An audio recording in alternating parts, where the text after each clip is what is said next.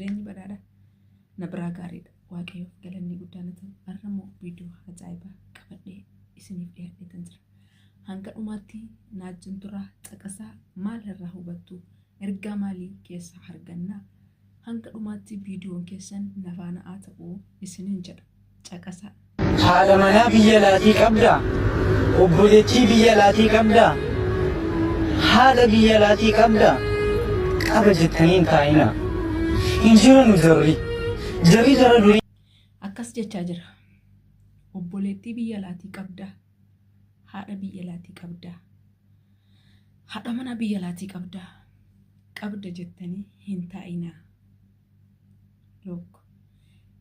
qabna jettanii hin taa'inaa. Inni akkana jedhu kuni nama challenge biyya hormaa argee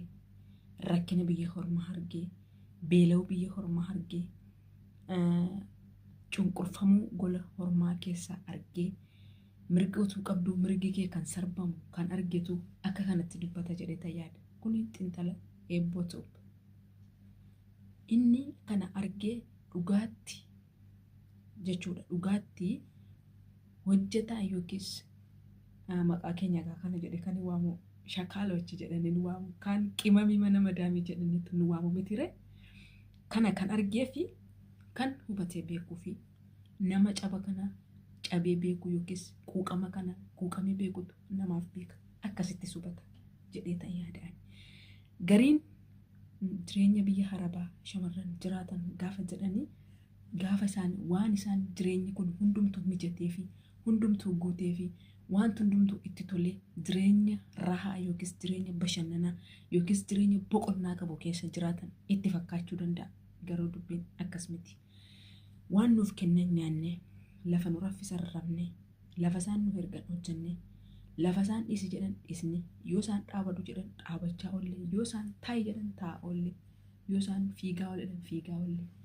yoo isaan saayitii akkasiitti rafee saayitii akkasiitti ka'i nuun jedhan saayitii sanarra yoo dabarsine manni dhufee hanqoo aggaame ka'i saayitiin sitti geera tokko immoo kan saayitiin sitti geera ka'i siin jedhullee nama gaariidha kan ati akka kanatti raftaa ati akkasitti saayitiin kee akkasii maarree kan jedhamu baay'eetu jira so jireenyi keenya akka nuni yaannee dhufnee fi haala nu nama keessa jirru hamma hardiif hanga samaayiiti baay'ee walirraa fagoodha dhugaa dubbachuudhaaf jechuudha so kanaafi namni namaaf beeku namni namaaf argu nama beekuun gaariidha kan nama beeku du'een dhuminii jedhamee ture Oromoon gaafa mammaaku nama beekurra nama sanaaf beeku ol beekurra oliif beekutu caalaa jedha Oromoon kun ergaa dhugaadha ammallee sagalee isaa dhaggeeffannuun isiniin jedha faamilii.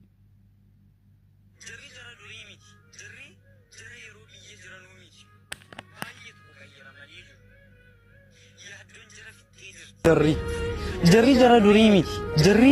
jara yeroo biyya jiranuu miti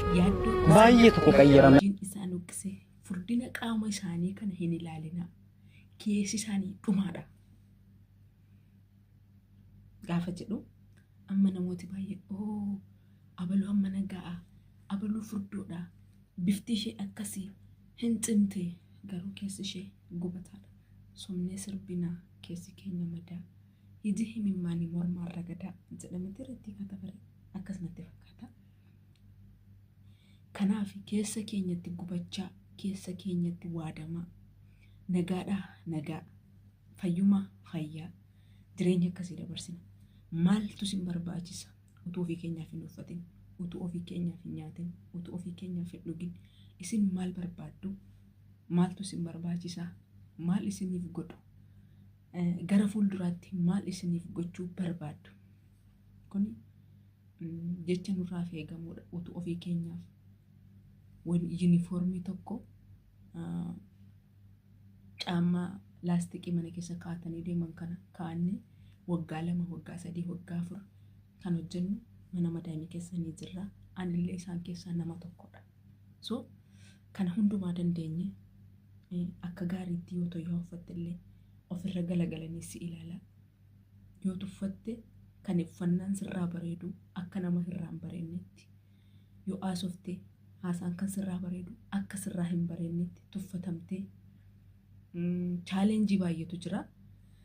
Egaa kana argine kana warri keessa jirru warri beeknu oliif beekna. Garuu namni akkasitti nu beeku. Ergaa guddaa gurbaa kanarraa barumsa fudhattan jedheetan abdiin qaba. Shamarran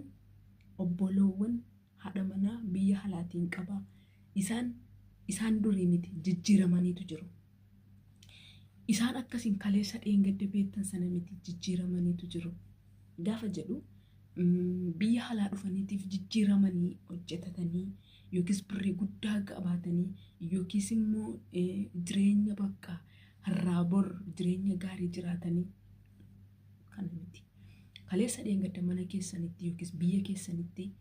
saayitii galgala raftanii akka Itoophiyaa fakkeenyaaf yoon isin fudhadhe saayitii 4tti raftu jedhu 5tti raftu jedhu fakkeenyaaf otoo ta'anii buna danfisatanii ta'anii haasa'anii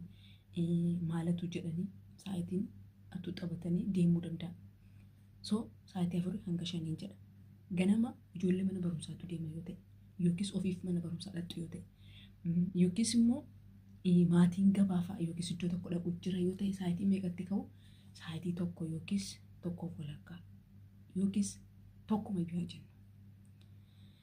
Yeroo sanatti isin hirriba bareedduu tokko raftaniitu kaatu. Inni yeroo sana jechuudha yaaddoon hin jiru bakka. Ganama kaatee buna danfistee fi ofii keetiif hojii kee deemtee isaanis hojii isaanii dhaqanii gara cireetti deebita. Garuu asitti yoo rafte yoo gadi ciistu maalan ta'a akkaman ta'a maaltu na eeggata maaltu narra ga'a gola namaa kana keessatti maalan argaa bor maalan dhaga'a jireenya birranna jireenya yaaddoo jireenya dhiphuu bakka yoo har'a faara natti tolan bor faara natti badu yoo har'a kolfanii natti taphatan bor immoo maalan dhagaa laata jennee yaaddaa dhiphachaa kan jiran gola namaa keessa akkasi biyya keenya keessatti yookiis mana keenya keessatti yookiis maatii keenya keessatti garuu irriba hanga rabnu saayitii 5 yookiis saayitii 4 yoo ta'e irriba bareedduu irriba nagaa irriba sammuu nagaa rabne kan jechuudha. Amma garuu afuura yaadduu afuura dhiphina bakka maalan dhagaa ishee asitti immoo kana cinqama biyyaammoo maalan dhagaa maatiin koo maal ta'u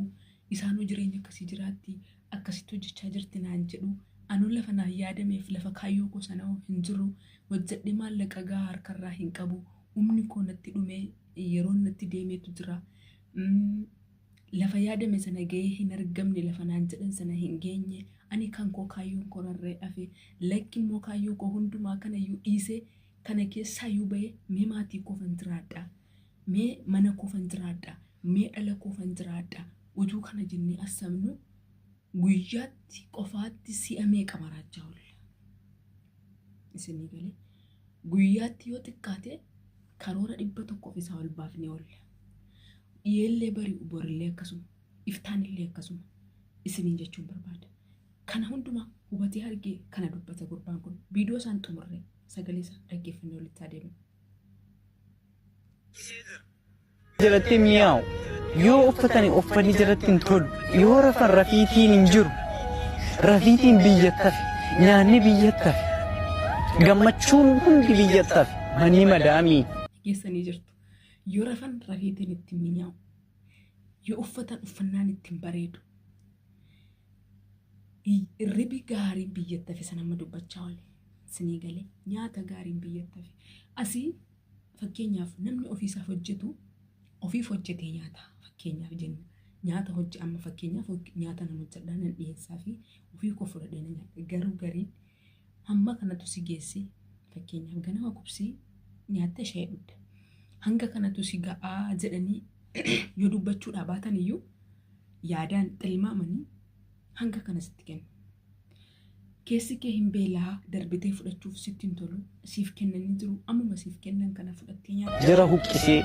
furdina bakkee ilaalinaa keessoon jaraa madaa haati kootiif abbaan koo nyaataa jiru jedhanii yaadda'u.